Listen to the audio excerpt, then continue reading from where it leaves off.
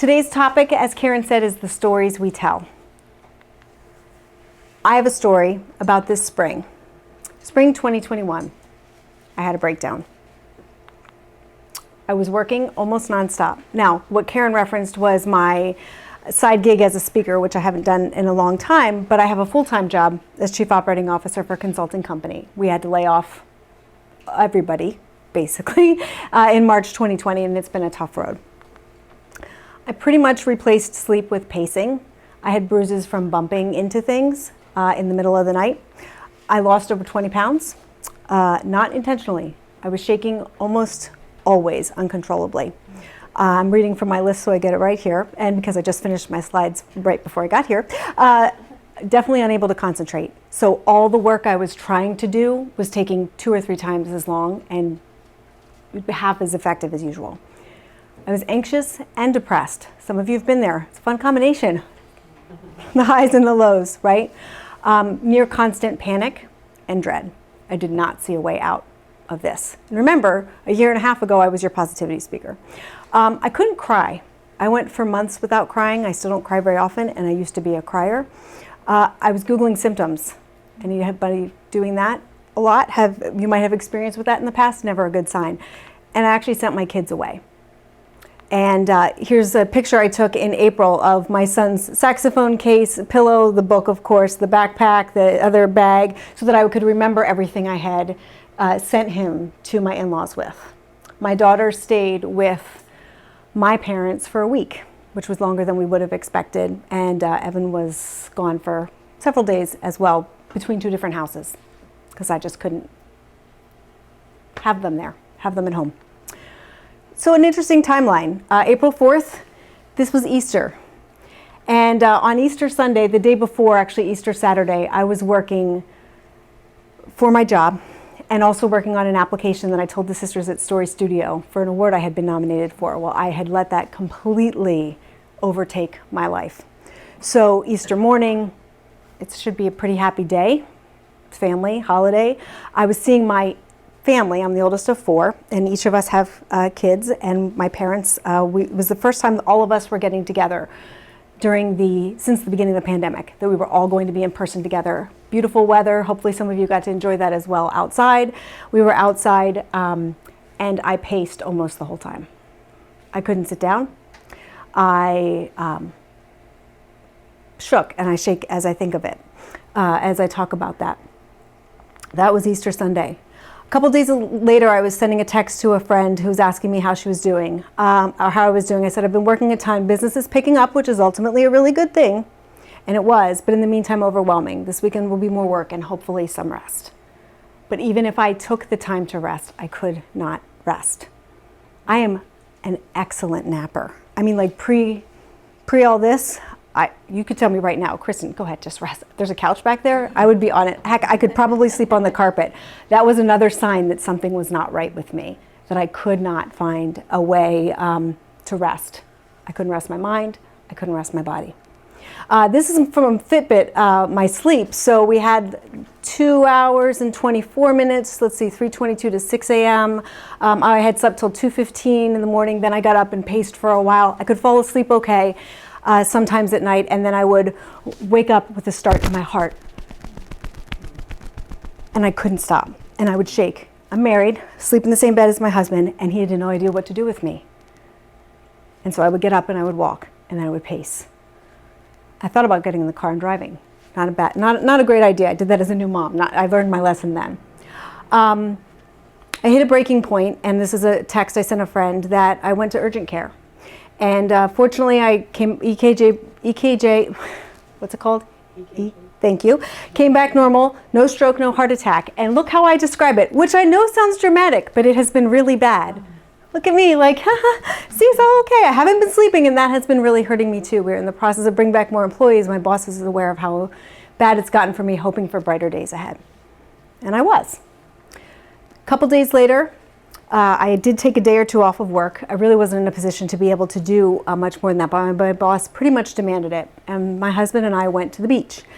And the entire drive down, 3 hours, whatever it was, on my Fitbit, I was watching, I was trying to rest. My pulse was over 100 pretty much the entire time. It's not really good. I'm not a medical person, but 100 is not good. And I thought, okay, well, the beach will be better. We'll get to relax. We'll be away. The kids are at the grandparents' now because it's all going to be okay. And at one point, I was laying face down on the sand, just trying to connect and ground myself. The day before, when Mike came home from work, I was laying face down on the floor in our bedroom, which I had never been there before. I told you I could fall asleep on the carpet, but not usually with my face down. I was bargaining with God and trying to find a way to get out. My journal entries were scattered and scribbled. Work is extremely intense, and I'm starting to feel like a failure at everything. This was a text to my sister-in-law. I know that it's related to the sleep and the anxiety. My heart is just racing.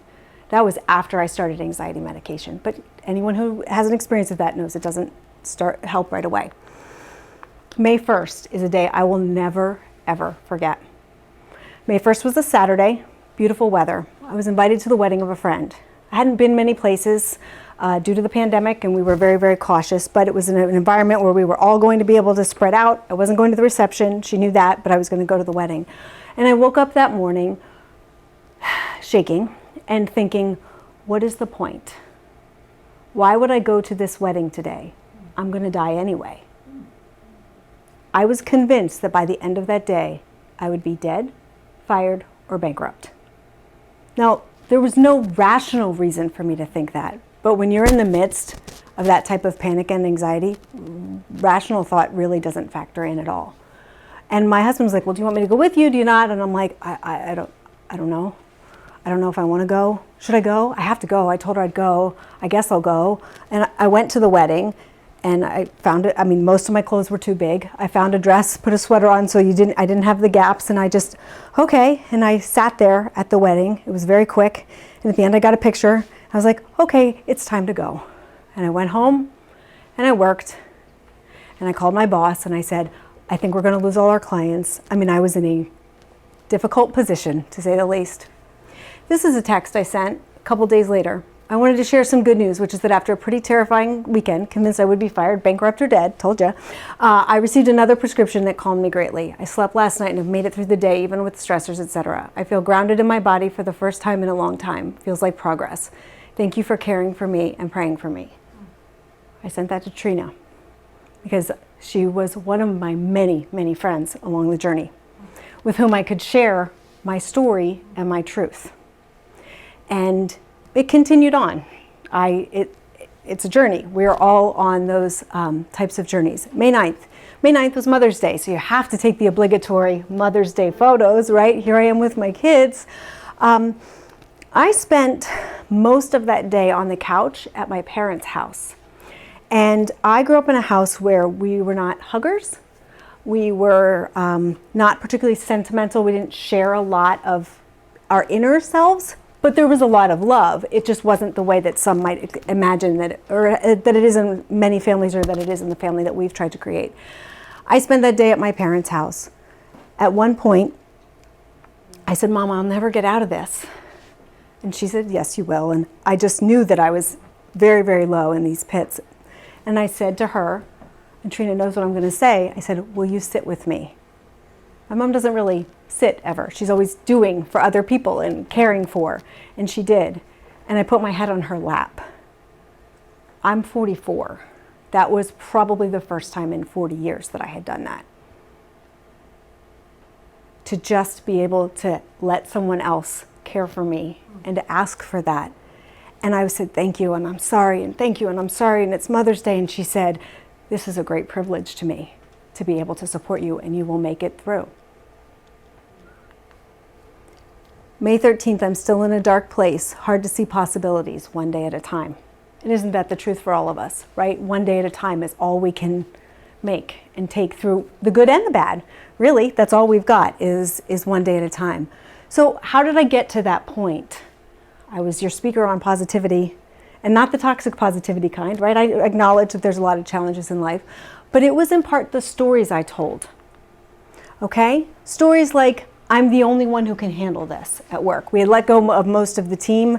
We were slowly being able to hire people, and all of a sudden business picked up, which ultimately is great news, as I put in one of my messages, but when you're in it, was terrifying, and I was drowning, and I am afraid of water, so drowning was not good. I have to save the business. I'm not the owner, but I was 100% responsible in, I just got my zone minutes, 150 for the week here. I have to save the business. If I could just get caught up, I'd be okay. Right? Anybody ever tell themselves that? I can't possibly not work this weekend. I will tell you I didn't work Mother's Day weekend, but that's because I sat with the laptop next to the couch and I just couldn't do it. But I told myself I couldn't. And yes, I'm embarrassed to admit this, but it is true. I have to get the work done before I go to the urgent care. I'm sorry. I may be having a heart attack or a stroke, but let me schedule this. I'll go at 4 because I have some calls I have to do 8, 9, 10, 11 because my employee is sick. So I'll just take care of those first and then I'll go to the urgent care. We all have stories. We all tell stories all the time. We learn stories and we repeat them. Some of us might have learned this one, right? You need a good husband to take care of you. We grew up with a lot of stories, right? Others who maybe got the opposite of that story, a woman needs a man like a fish needs a bicycle, right? Okay, who needs a man in this situation? Or boys will be boys, to allow maybe to forgive some behavior that shouldn't necessarily be forgiven. Or good girls don't do this. Trina, we've talked about that one, right? Good girls don't do this. Sometimes we get those messages. Sometimes from families of origin, upbringing, where we are or what we hear, who we associate with, right? The way, Christine, you shared an anecdote before, like, I never thought to look at it that way. Other people, they've learned that their whole lives. There's all those different types of ways that we look at things. But we learn a lot of stories and we repeat them. And who do we repeat them to? Ourselves. Constantly. The wheel, it's always repeating. And are all of our stories bad? Of course not. Absolutely not, right? But it's how we look at things and how we think about it. The stories we learn also create our worldview. And this has been fascinating to me. Fill in the blank in your own mind here. We all learn things. Some of us are a little embarrassed to share certain things that we might have learned one way or the other. Black people are lazy. Gay people are weird. White people are Karens. With all due respect, right? Fat people are this. Skinny people are this. Boys are this. Women are this. Men are this. Girls are this. Republicans are this. Democrats are that, right? We still do it. We have some of them. Some of them we've learned to change. When you know better, you do better. I've talked many times about, when I was in high school and I was with someone who was, this boy was making fun of these two girls and saying, they're gay. And I jumped in to defend them and I didn't say, who the heck cares? I jumped in and said, no, they're not, trying to be helpful. Well, a few years later, I met some people who fit that definition. I was like, that's not what I thought that was like. But you're so normal. Of course, when you learn more, right, when we open our minds to whatever that might be, it's different for all of us. And I don't want to assume in any case that we had the same. But we all have ways that we filled in that sentence or ways maybe that we still do, right? We tell stories about others all the time. I have some examples here. She didn't respond to my text, so she must be mad at me, right? Sure, of course. They didn't pay their invoice yet. How disrespectful. They don't value us. I had a boss that I had to convince, just because accounts payable didn't write that check doesn't mean that the CEO of this company that we're working with thinks that you're a terrible person or doesn't respect us. He's not writing the checks. It's just, it's a procedural issue. It's not about that, but we take that personally. A client called. There must be a problem. That's an immediate instinct for me. Literally, the phone rings and I'm like, oh my God. Because I had an experience in 2008 and 2009 when the economy tanked. We lost a ton of clients and it felt like every time the phone rang, we were getting fired. Same thing with the pandemic, right? It's not you, it's, there's a pandemic and we serve the restaurant industry. So we know that was a quick one to be clobbered. Everyone is on vacation but me, right? Anybody have that thought when you're on Facebook or some Instagram, something like that? She's got it all together. Look around the room. Which of us has it all together? No one. Which of us thinks that at least 1, 2, 3 other people we can pick out who's had it all together? I guarantee you some people thought I had it all together. There's no such thing as having it all together, okay? They must be rich. They must be poor. Whatever the assumption might be had. If they wanted to hang out, they'd invite us. They don't, they must not like us, right? Instead of just, maybe we'll invite them instead. This one, she lost so much weight, she looks great. Isn't that sentence has so much involved in it. And this is sort of a 2.0 talk of the first time I talked at Sisters U, which was in 2003.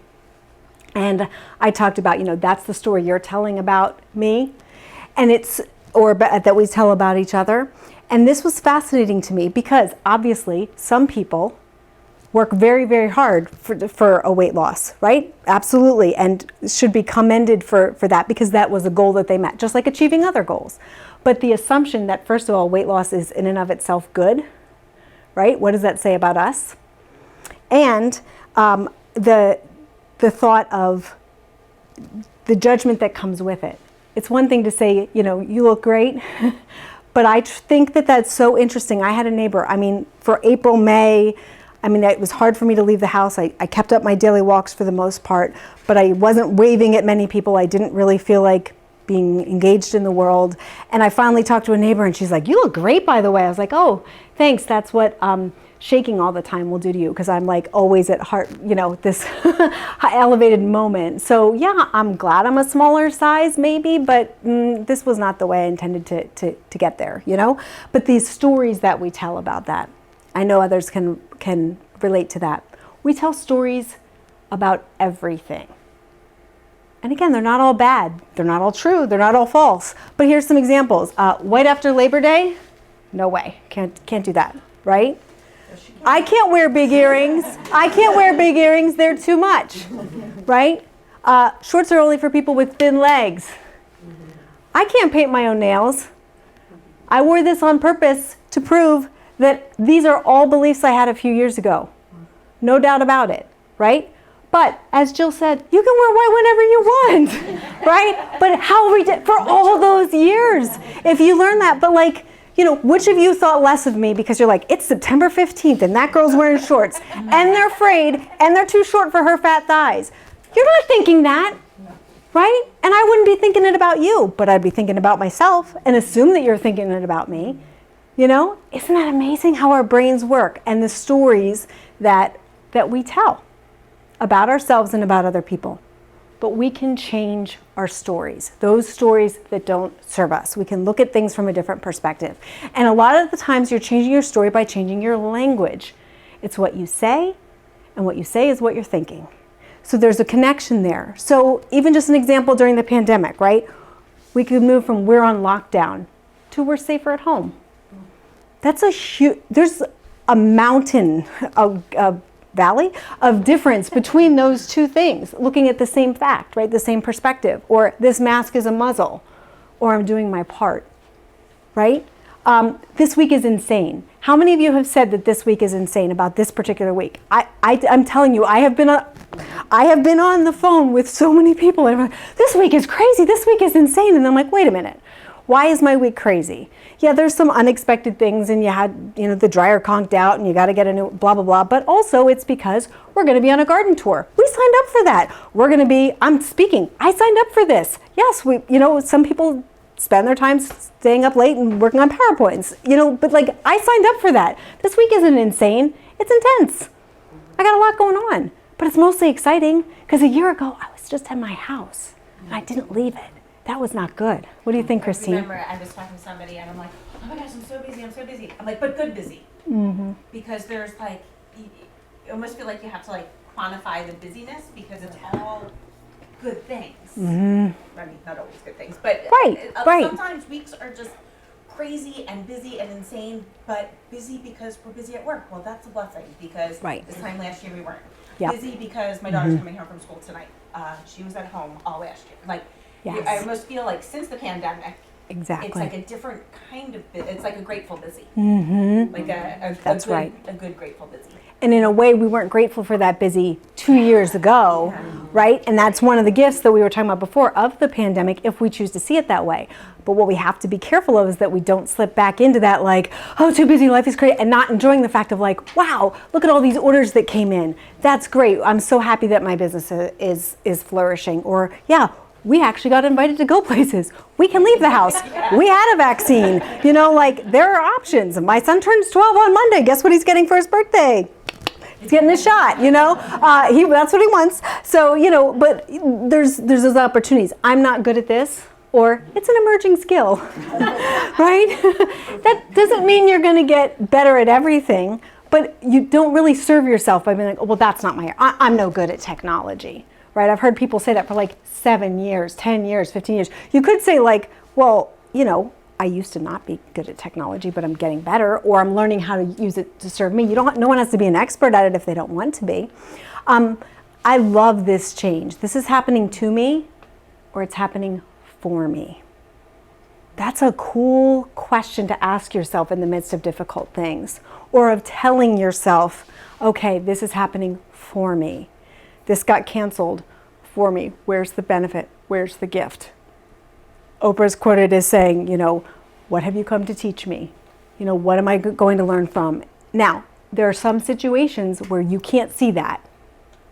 You absolutely can't see that in that moment. But there are others, some of the less important things that felt really important until we had a global pandemic or until some situations that some of us have been through and things like that. All of a sudden you realize like this kind of stuff doesn't actually really matter that much. Today's gonna suck. Or today's going to be a great day, right? What story do you tell? Oh, it's a Monday. You know, guess what? How your Monday's going to be? You're going to stub your toe on the way to the bathroom because you just thought, oh, it's a Monday, right? This is another one of my favorite substitutions. I have to I choose to, or I get to. And that one I listened to an interview with Jamie Lee Curtis.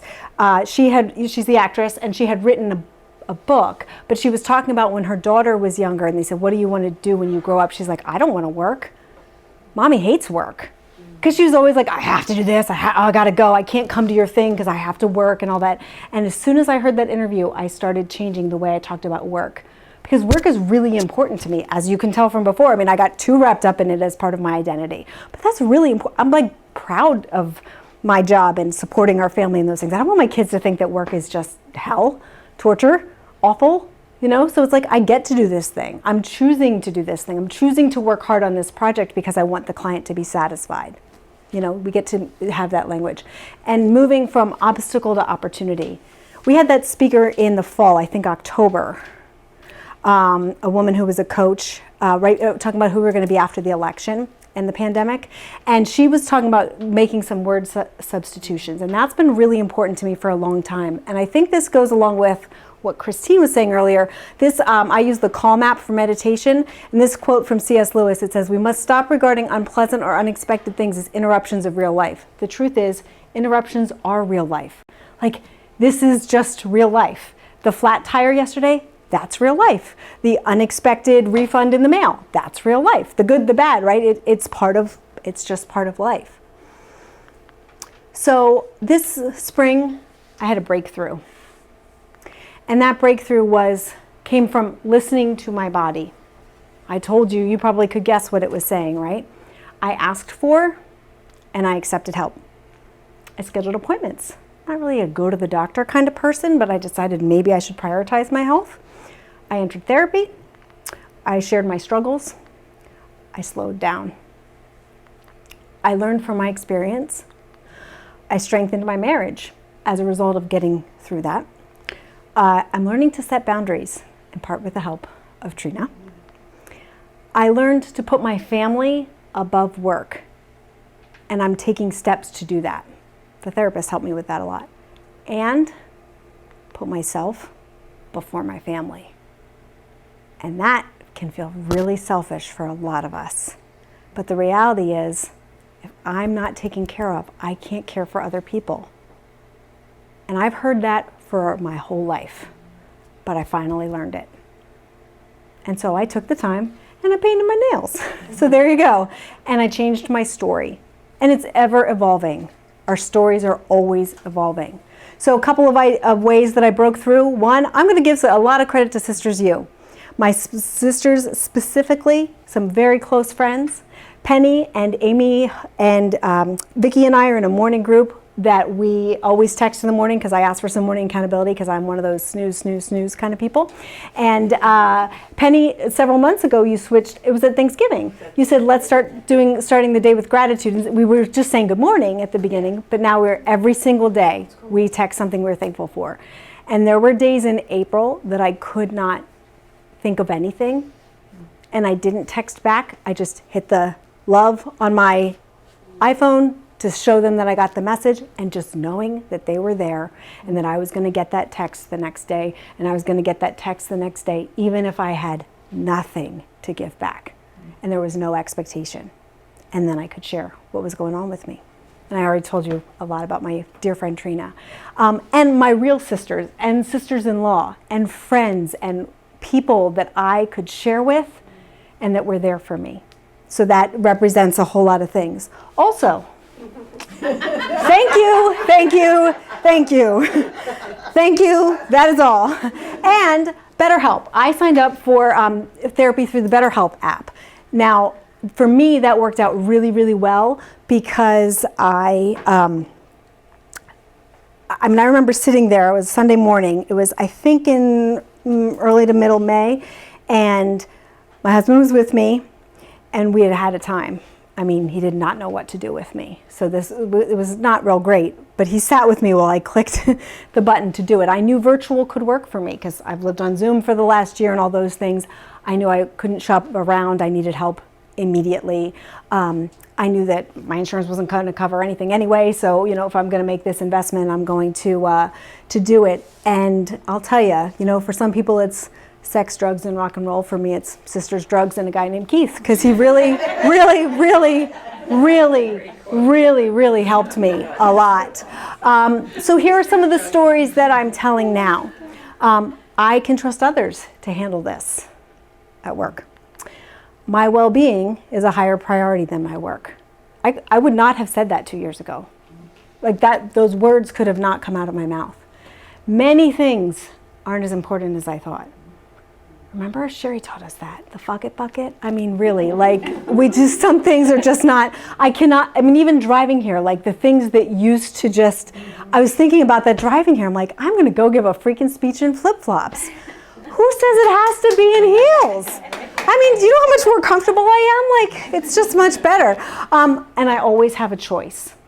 I always have a choice. You always have a choice. You always have a choice. You always have a choice. Sometimes we forget that or we can't see it.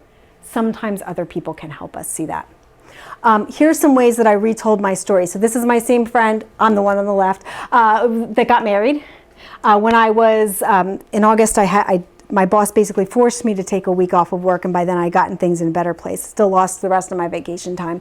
And I started off with a bike ride. I said, all right, let's go out on your bike. She's got one of those, I think it's a Can-Am Spider, so 2 wheels in the front, 1 in the back. So like fun, safe, really good. A lot of fun. It was just tremendous. But it was important to me to go do something fun. When I told her a couple weeks after her wedding, with what I was going through, she started texting me and just keeping in touch with me and letting me know that she cared about me and saying, hey, you've helped me through some stuff. I'm going to do some things. Let's meet for a walk. We meet for a walk. She shows up. Now this is in May or whatever. She shows up on this bike. I didn't even know she owned it. We're at the park and she's like, you want to ride?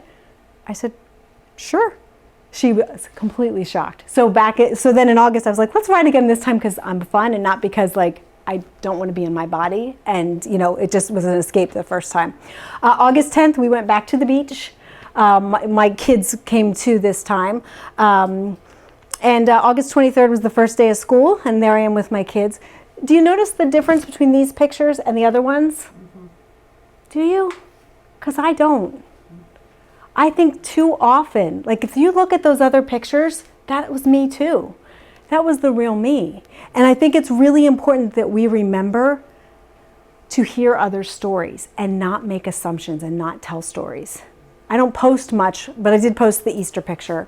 And I think that's probably about the last time that I posted a picture on Facebook. But anybody who would have seen those pictures those other days would have assumed that, again, I had it all together, everything is fine. I wasn't lying. I do have a nice smile. I can smile. It's the one feature that I like. But the reality is that inside, I had nothing left to give. Now I feel like I have a little bit more to give. And I'm on the right journey. But when it comes to hearing other stories, I want to share some things that helped me in relation to my story. So this spring, I am here for you. Just presence, right? Whether that's a text message, physically, sitting with my mom, something like that. I am here for you. I'm sorry you're struggling. You don't have to fix it. You can't fix it, actually, but just say you're sorry.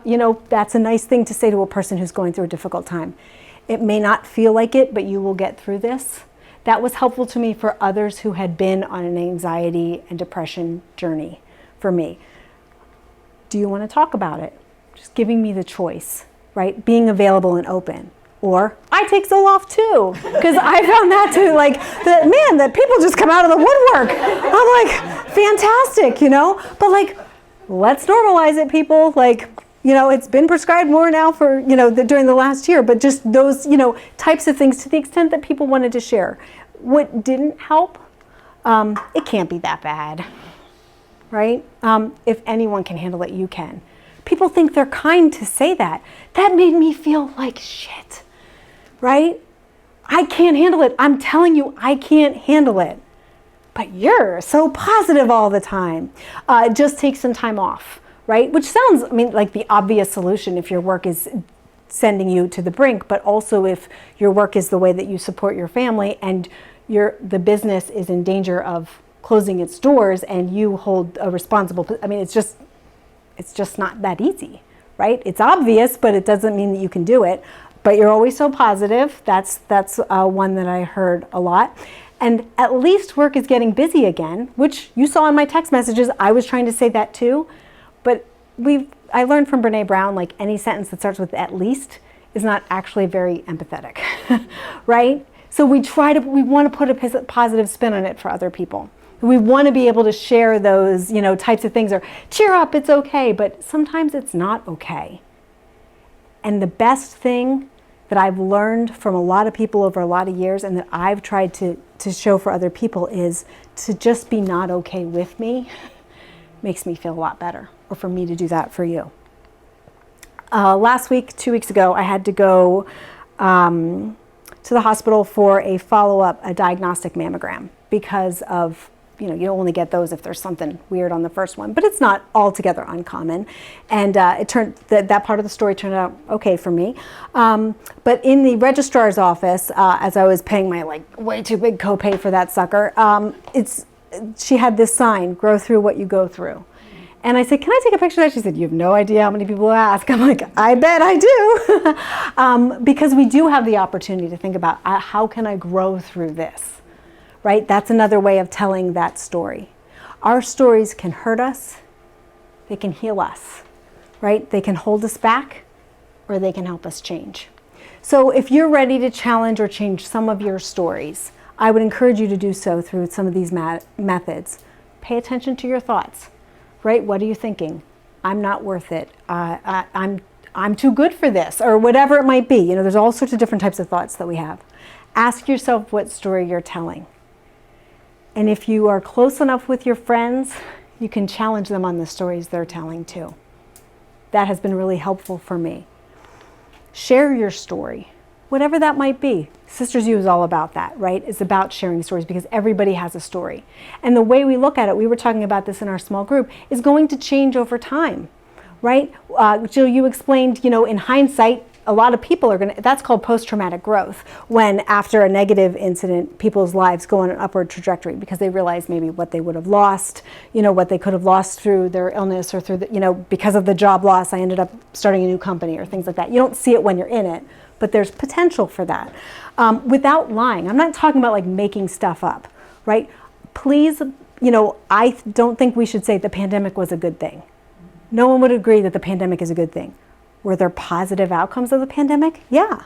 Change your language. One positive outcome of the pandemic is, right? That's exactly what you asked us to start today. But that's a way we can look at life.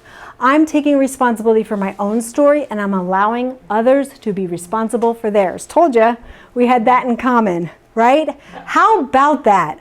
And I have been saying that more and more in my house. I'll tell them, oh, well, if you're going to go here, can you also, wait, how about I let you live your life and I'll live mine? Because that's part of how I got into that problem, because I was thinking about everybody else's problems and trying to solve everything. Not going to happen. This I love. What if I let that story go? What if I tell a different story? I'm checking on my timer. Am I okay? I'm about at the end, but I'm going to tell you this. October 1st, 2006 is when my daughter was born. That's the day I became a mom. And if you were to say, how was your delivery?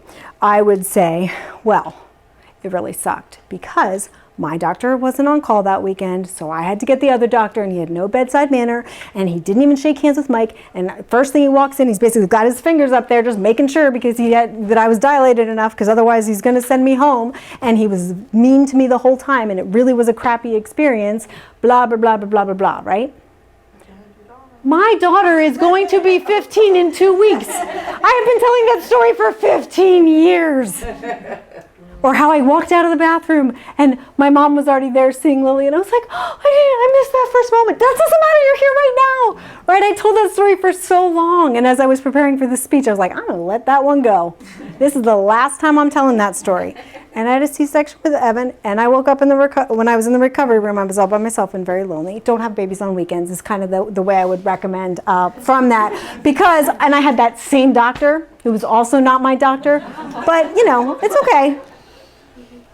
We let it go. I'm letting it go. I'm letting it go. Okay. Here's another way. You know, there you go. Exactly. Thank you. I used to think this, right? But I'm changing my story about that. That's a nice way to be open to new possibilities. Whether it's, I used to think she was mean, but I'm changing my story about that. Or I used to think that I couldn't, for a long time, I thought I was the least creative person. And then I met this person who told me about, like, I think it's 6 or 7 different arenas of creativity. And I was like, oh, yeah, like, I'm good with words, and I can, oh, but I thought because I couldn't sew like my mom or cook like my sisters or things like that, that I wasn't creative. I was just creative in a different way. And work with a professional. And we have people in Sisters U, many, many members. Personally, I've benefited from working with Trina, from working with Heidi, but there are so many people within our network, but also plenty of other opportunities in the, you know, in our community and elsewhere. If you run into a circumstance where I was, please remember that the Lifeline is available. And also, my number is here if there's anybody else who just needs somebody to come along the journey with them. I'm not a professional. I'm not able to provide those types of services, but I can say, girl, I've been there, and you'll make it, hopefully, with help of other people. And, I mean, you will make it. But, you know, just kind of looking at it that way, but saying, I was there too. So I would encourage you to reach out if you need to, and I think it's a good opportunity. So with that, I'll turn it back to Karen. Thank you all very much. Thank you, Christin. You're welcome.